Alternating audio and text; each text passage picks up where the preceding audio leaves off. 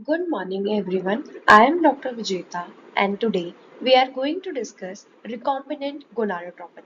We'll start discuss our discussion from the history of recombinant gonadotropin. As we have discussed earlier, that first urinary gonadotropin were developed, then highly purified gonadotropin, and because of the urine requirement, there is huge increment in the requirement of the urine to produce the urinary extract. So this will lead to development of the recombinant gonadotropin. Let's discuss how the recombinant gonadotropin are developed. So we have taken the genes from the human FSH alpha and beta subunit, and then we incorporated into the nuclear DNA of the plasmid vector, and then we transfer this plasmid vector into a bacteria DNA, and the bacteria which was used originally was E. coli. But due to the complex structure of the gonadotropin, as we have discussed, the structure is very complex. It has two peptide chain, and in that peptide chain there are oligosaccharide unit which is attached. So this complication, post glycosylation changes, post transcription changes, will not be expressed by the E. coli. So this will lead to the use of another host. Let's discuss what was the next host. So the next host which was used to produce recombinant DNA was Chinese hamster ovary cell line. As there is post-translational glycosylation in gonadotropin molecules, so these were not expressed by using the E. coli.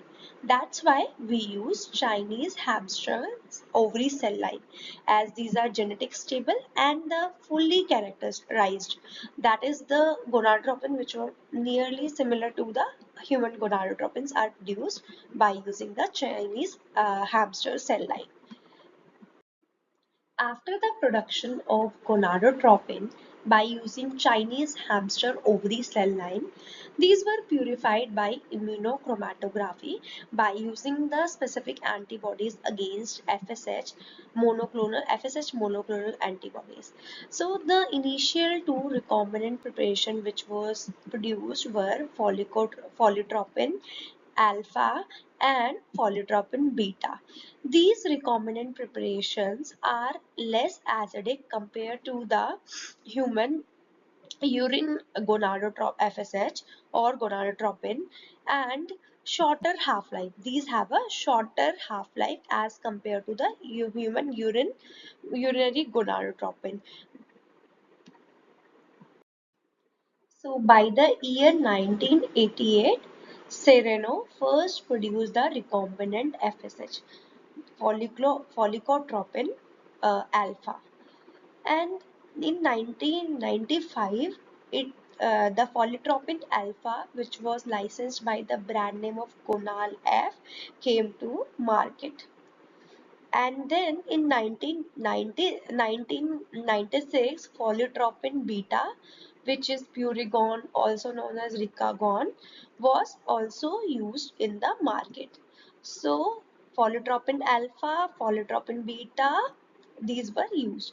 In 2000, there is development of LH, recombinant LH, and the brand name was Luveris.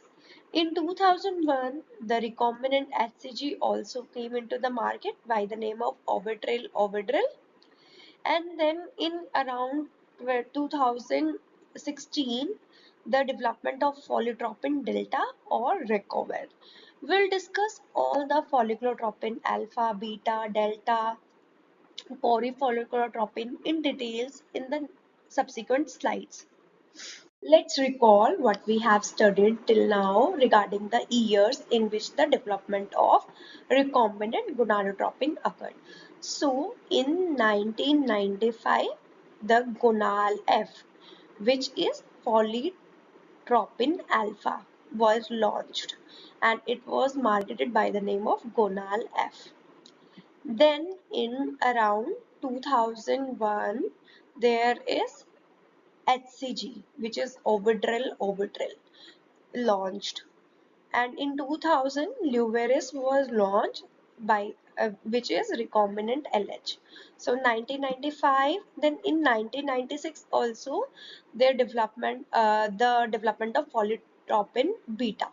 So 1995 Gonalef, 1996 polytropin beta, 2000 Luveris, in 2001 Ovitril, and then in Pergoveris, which is now used, which is LH plus FSH in the ratio of 2:1, folitropin is 2, and then lutotropin is LH is 1, 2:1 ratio, which came in the year of 2008. So these are the important dates which you have to, years which you have to remember. 1995. First is 1995 when the recombinant folitropin alpha launched, that is Gonalef. 1996 1996 is folitropin beta. 2000 is Luveris. Then 2001 is Ovitril. In 2008 we have Pergoveris, and in 2016 we have the folitropin delta. After memorizing the years, let's discuss folitropin alpha and folitropin beta. So folitropin alpha, which is produced by Merck company, and this was marketed in the name of Gonal F, and the cost is around 300 international unit of the injection cost around 7,000, and the composition is folitropin alpha. Similarly, folitropin beta, which is produced by MSG, which is known as Puregon or Ricagon, and in the next slide we'll discuss the similarity and the difference between folitropin alpha and folitropin beta. Folitropin alpha and beta, they differ in the terms that the cell lines which were used to produce them, the transfection, the method of transfection of the gene, the purification technology, and the formulation.